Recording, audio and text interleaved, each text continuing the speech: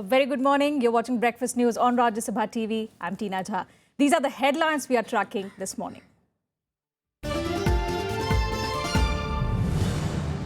Global markets tumble following continued plunge of crude oil prices. Markets at lowest level in nearly 2 years. Indian stocks, however, rebound after a sharp fall on Wednesday.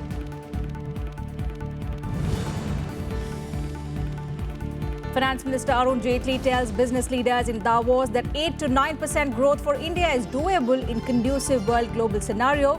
Dismisses Congress Party's demands for cap on GST tax as preposterous.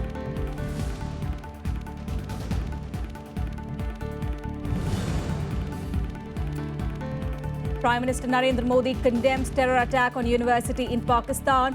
Pakistani Prime Minister appreciates statements, calls for cooperative approach to tackle terror. Death toll in the attack reaches 24.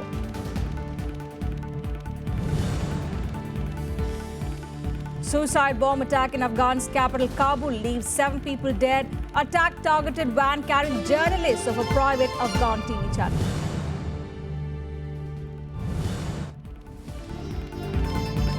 And Union Minister Smriti Irani refutes allegations that her ministry had a role in Hyderabad student suicide.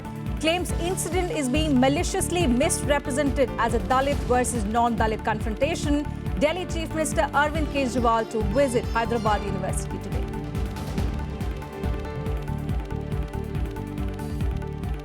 The Prime Minister Narendra Modi has strongly condemned the terror attack at a university near Peshawar yesterday. At least 24 people were killed as Taliban militants went on a shooting rampage at a university in the northwest region.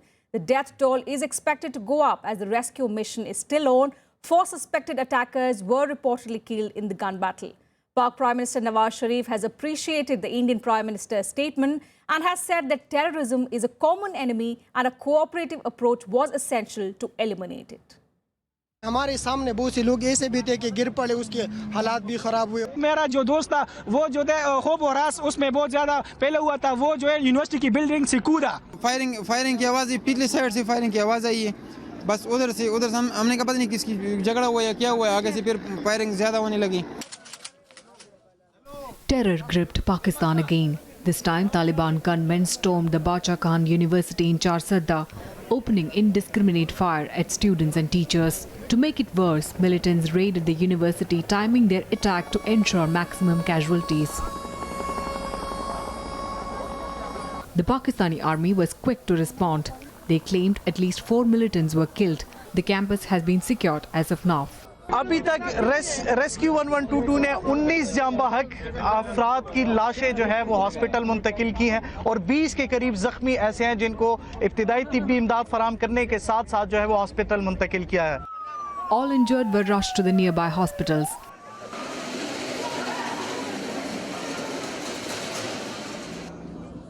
Pakistani Army Chief General Raheel Sharif visited the university to take stock of the situation, while Prime Minister Nawaz Sharif said perpetrators will be brought to justice. Gunmen launched the attack as the university prepared to host a poetry recital on Wednesday afternoon to commemorate the death anniversary of Khan Abdul Ghaffar Khan, a popular Pashtun independence activist after whom the university is named. The university vice-chancellor said they teach over 3,000 students and were hosting an additional 600 visitors for the recital. Taliban said the attack was in response to a military offensive against militant strongholds. The shocking attack is also a reminiscent of the December 2014 attack on a school in Peshawar, in which over 150 people were killed. Bureau Report, Rajya TV.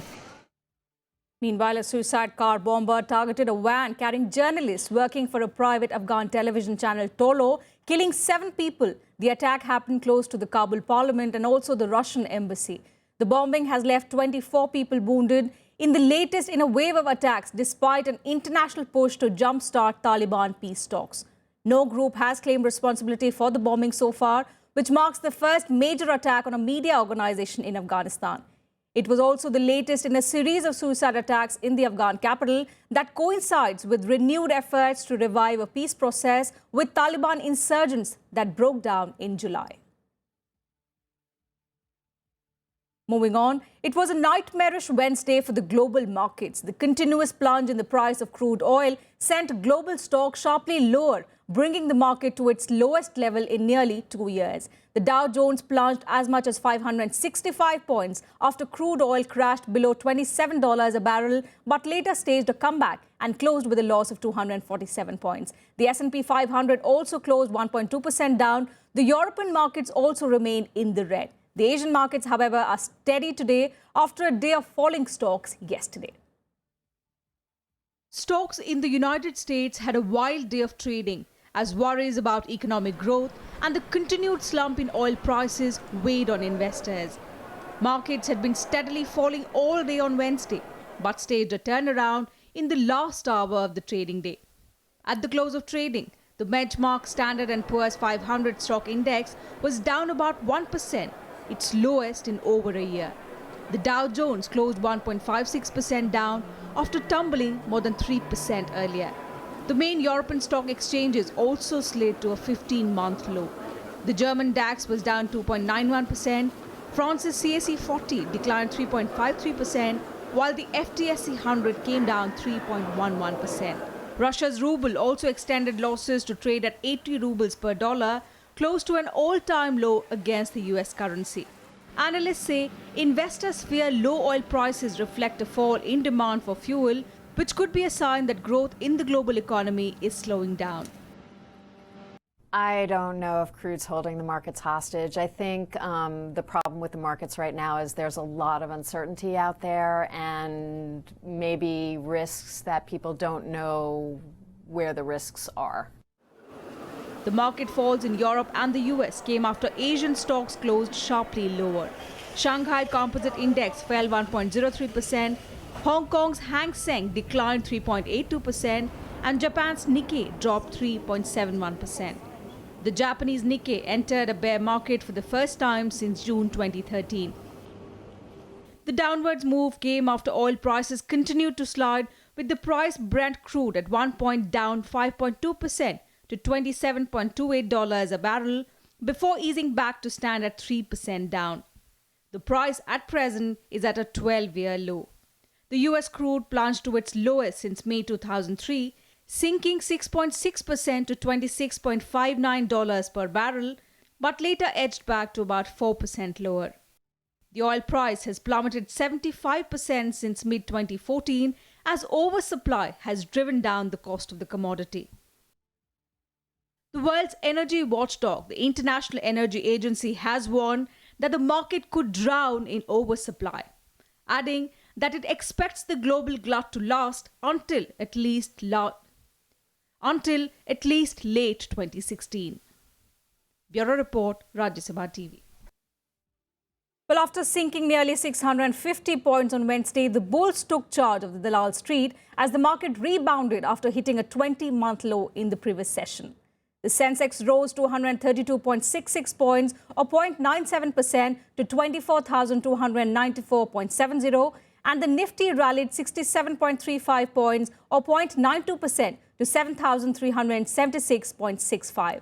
Axis Bank, BHEL, SBI, Hindalco Industries, ICICI Bank, Adani Ports and Tata Steel were the leading gainers in early trade.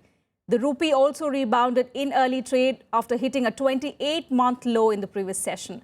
The currency has opened higher by 7 paise at 67.88 per dollar against 67.95 on Wednesday. The Sensex had on Wednesday slipped below the psychological 24,000 mark.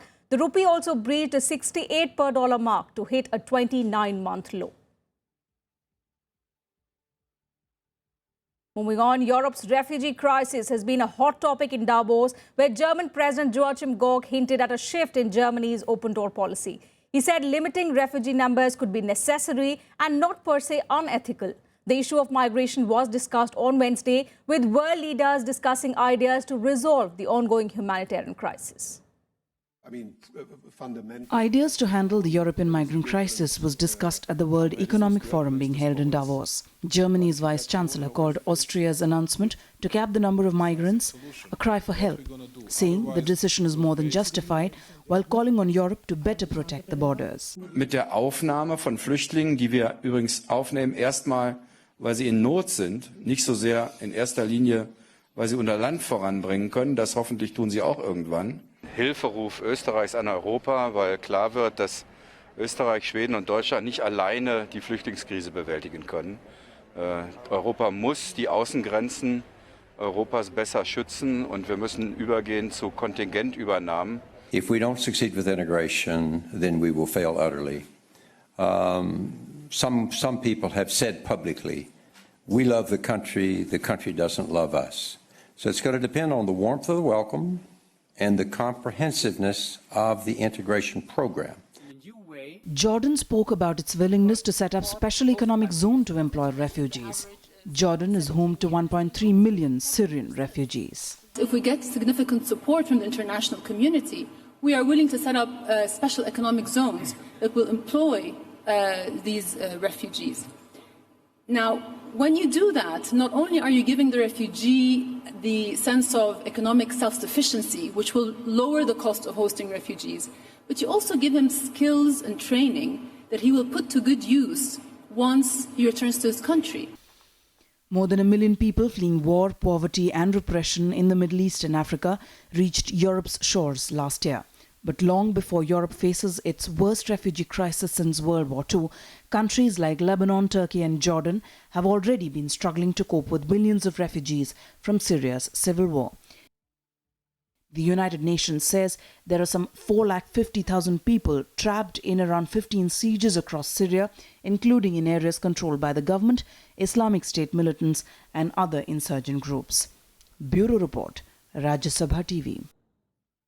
Finance Minister Arun Jaitley dismissed the Congress party's demand that the cap on the goods and services tax be specified in the constitutional amendment bill as preposterous while attending a discussion at the ongoing economic forum in Davos. Arun Jaitley also said that there's no other country which adds tax details in the bill. He, however, added that the GST will be passed very soon. While continuing the discussion with Indian delegates at Davos, Finance Minister expressed that India can better its economy even with slow growth of about 7 to 7.5%. Achieving for extra 1 to 1.5% will not be difficult. The view was echoed by business leaders from India and other countries in Davos at the World Economic Forum annual meeting, even as they felt that not all perfect storms in the world today would hit the Indian economy. Time for a very short break here. News and updates will continue on the other side. Do stay with us.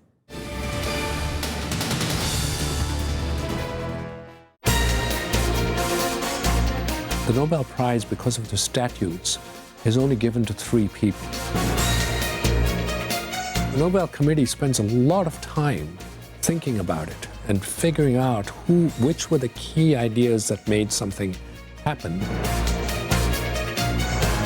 And the more the science is, rapidly communicative, the more these controversies will happen.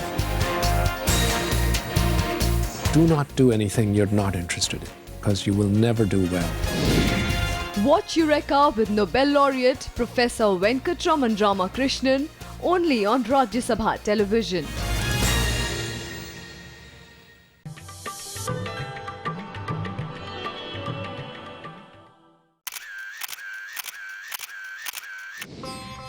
Hemkund Sahib, sacred shrine of the Sikhs, widely acclaimed for being the highest in the world, located in the Himalayas at an altitude of 15,200 feet.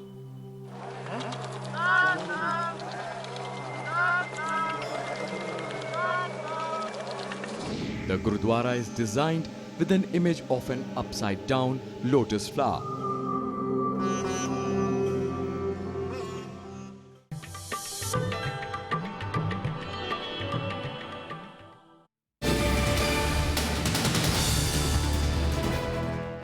Thanks for staying with us on Breakfast News. Now, as part of India's Act East policy, Vice President Mohammed Hamid Ansari will embark on a 5-day tour of Brunei and Thailand from the 1st of February. The Vice President will be first going to Brunei at the invitation of Crown Prince Haji Al Muhtadi Billah. This will be the first ever visit to Brunei by an Indian Vice President since the establishment of diplomatic relations in May 1984. Both the countries will discuss issues of bilateral, regional and multilateral significance and also hold discussions on cooperation in sectors such as civil aviation, space, trade and investment. From Brunei, Mohammed Hamid Ansari will go to Thailand on the 3rd of February. making it the first visit by an Indian vice president after a gap of 50 years. Well, the central government has approved amendments to the power tariff policy of 2006 with an aim to ensure 24/7 power supply and reduce the cost of power to consumers. The cabinet also approved a policy on promotion of city compost, under which a subsidy of 1,500 per ton will be given on city compost to promote use of organic fertilizers. The Union Cabinet on Wednesday took a holistic view of the power sector and approved comprehensive amendments in the Power Tariff Policy 2006. The amendments are also aimed at achieving the objectives of Ujjwal Discom Assurance Yojana with the focus on 4 E's: electricity for all, efficiency to ensure affordable tariffs, environment for a sustainable future, and ease of doing business to attract investments and ensure financial viability. हर एक regulator को ये कहा गया है कि राज्य सरकार के साथ मिलके वो एक ट्रैजेक्टरी बनाए कैसे और कम से कम समय सीमा में हर घर तक, हर उद्योगपति तक, हर उद्योग कारखाने तक, हर दफ्तर तक, हर दुकानदार तक कैसे सबको 24/7 बिजली पहुंचाने का उनका रोड मैप क्या होगा, ये उनको जरूरी बना के हमें देना पड़ेगा और हम उसके ऊपर मॉनिटरिंग करेंगे और उस पर निर्धारित होगा केंद्र सरकार का उनको सपोर्ट। जितने एग्जिस्टिंग पावर प्लांट्स हैं उन सबको 100% तक एक्सपेंशन ऑटोमेटिक रूट से अलाउ किया जाए, ऐसा प्रावधान इस टैरिफ पॉलिसी में लाया गया है, जिससे कि एग्जिस्टिंग जो इंफ्रास्ट्रक्चर है वो ज्यादा अच्छी तरीके से यूटिलाइज हो सके।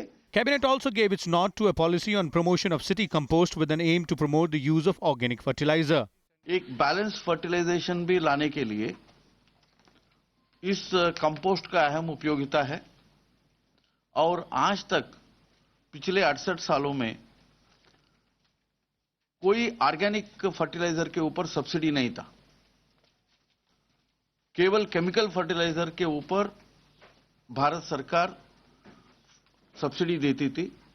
लेकिन आज के निर्णय के बाद कंपोस्ट को भी हम मार्केट डेवलपमेंट असिस्टेंस के नाम पर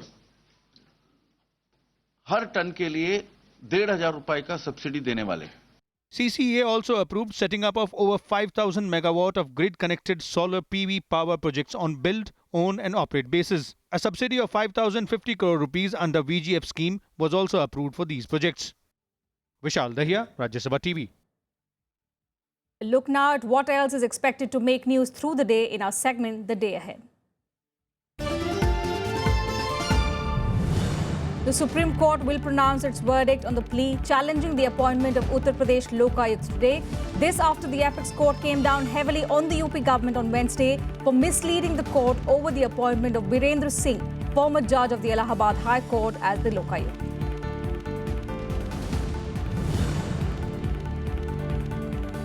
Home Minister Rajnath Singh will address a rally in poll-bound West Bengal's North 24 Parganas district today. Senior BJP leaders Smriti Irani and Amit Shah will also address rallies in the state this month. West Bengal goes to polls in April-May this year. Transport Minister Nitin Gadkari will inaugurate the 19th National Conference on E-Governance in Nagpur today. The two-day conference will discuss issues such as governance with accountability, transparency and innovation for citizen-centric services.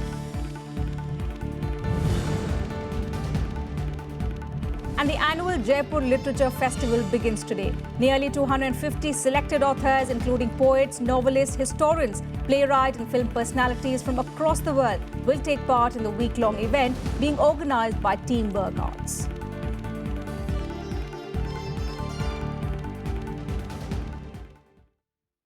HRD Minister Smriti Irani has charged the opposition with maliciously misrepresenting the suicide of Hyderabad University research scholar Rohit Vemula as a Dalit versus non-Dalit confrontation. She said the suicide note left behind by Vemula did not mention any political organization or an MP.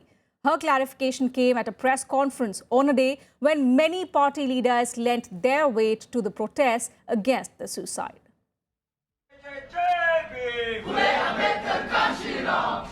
Amid heated protests and demonstrations, Hyderabad Central University Vice-Chancellor Appa Rao stating that there was no pressure from union ministers or the HRD ministry to act against Rohit Vemula. He also insisted that the Dalit student's suicide note did not mention his suspension as the reason for his death. Rao said he was deeply disturbed by the loss of precious life and the disruption of academic activities. The full Executive Council in its meeting held on the 27th of November took a lenient view and decided to permit the students access to all the departments, library, academic meetings, but not in the hostel, public places and administration. This also was communicated to the High Court. These students challenged the order of suspension from the hostel before the High Court. The High Court did not agree to stay the punishment. However, fresh protests disturbed the campus even as several politicians headed to the city. Prominent among them on Wednesday were YSR Congress leader Y.S. Jagan Mohan Reddy and CPIM leader Sitaram Yechuri. Central ministers who have pressurized the university authorities to take such an action. And some of these actions are impermissible according to our constitution. What do you mean by social boycott? I mean, this is something that is completely unacceptable. It's clearly a mindset which wants to perpetuate the caste divisions in our society. Besides Hyderabad, many cities across the country, including Delhi, Mumbai, Pune and Chennai, were rocked by protests on Tuesday. Because of the letter written by him and the recommendations made by Smriti Irani to the Vice Chancellor, the boy was forced into this kind of a situation. I think the minister should go. BJP's rivals are demanding the removal of Union Ministers Smriti Irani and Bandaru Dattatreya, accusing them of being responsible for the death. Various political parties blamed Labour Minister Dattatreya's August 17th letter to Smriti Irani seeking action against the anti-national activities of a students' union and the alleged assault of an ABVP leader. The HRD ministry rejected the allegations of putting any pressure on the university on suspending Rohit. Bureau Report, Rajya Sabha TV. Meanwhile, Delhi Chief Minister Arvind Kejriwal will visit the University of Hyderabad today to meet the students and family members of Dalit scholar Rohit Vemula. Aam Aadmi Party leaders Ashish Khaitan and Ashish Talwar have already reached Hyderabad to meet the protesting students there. Kejriwal had demanded that Prime Minister Narendra Modi sack HRD Minister Smriti Irani, Labour Minister Bandaru Dattatreya and apologize to the nation over the suicide by the Dalit student, questioning their alleged interference in the internal affairs of the institution. Rohit, a PhD scholar who committed suicide on Sunday night, was among the 5 research scholars who were suspended by the university in August last year over an alleged assault case. They were also kept out of the hostel, forcing Rohit Vemula to take such an extreme step.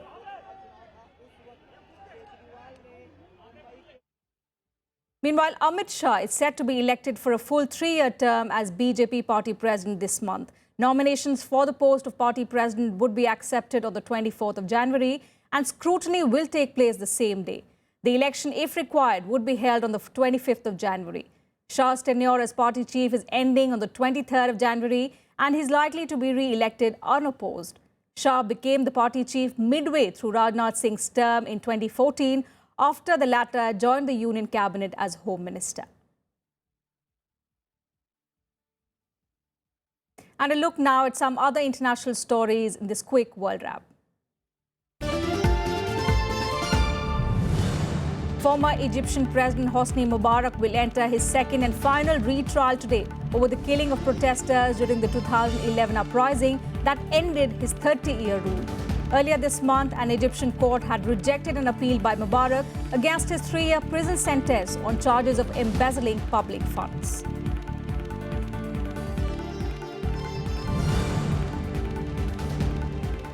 China's President Xi Jinping arrived in Egypt on Wednesday. While in Egypt, Xi is expected to hold a joint news conference with his Egyptian counterpart and make speeches at the Arab League headquarters. Xi will also attend celebrations marking 60 years of China-Egypt relations.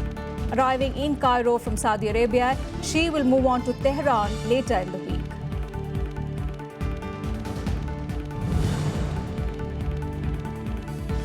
Pakistan conducted a successful flight test of an indigenously developed cruise missile. The nuclear-capable missile enables the country to achieve air-delivered strategic standoff capability on land and also at sea. The flight test of the missile rod is generally designed to carry a large conventional or nuclear warhead many hundreds of miles with high accuracy.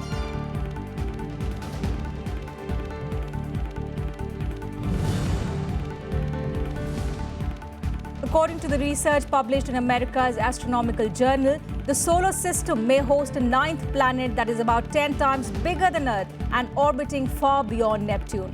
While the planet has not been observed directly yet, computer simulations have so far shown that the mystery planet, if at all it exists, would orbit about 20 times farther away from the Sun than the Earth.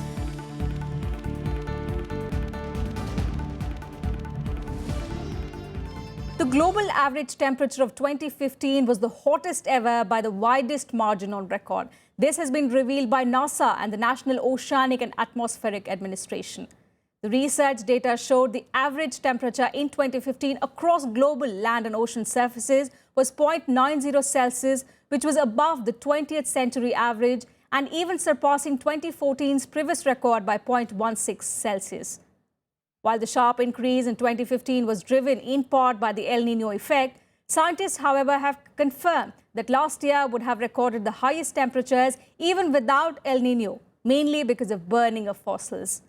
This was the fourth time a global temperature record has been set in this century, adding to pressure for deep greenhouse gas emission cuts needed to arrest warming that is disrupting the global climate.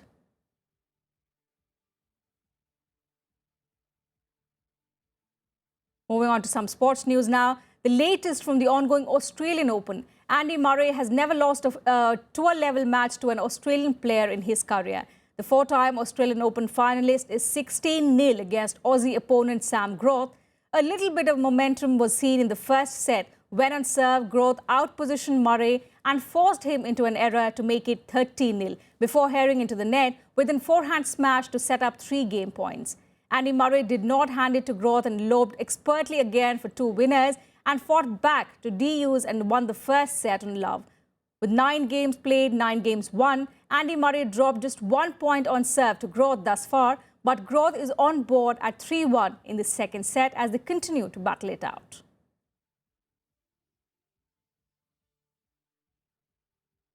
That's it from us in this bulletin. Thanks for watching. Have a nice day.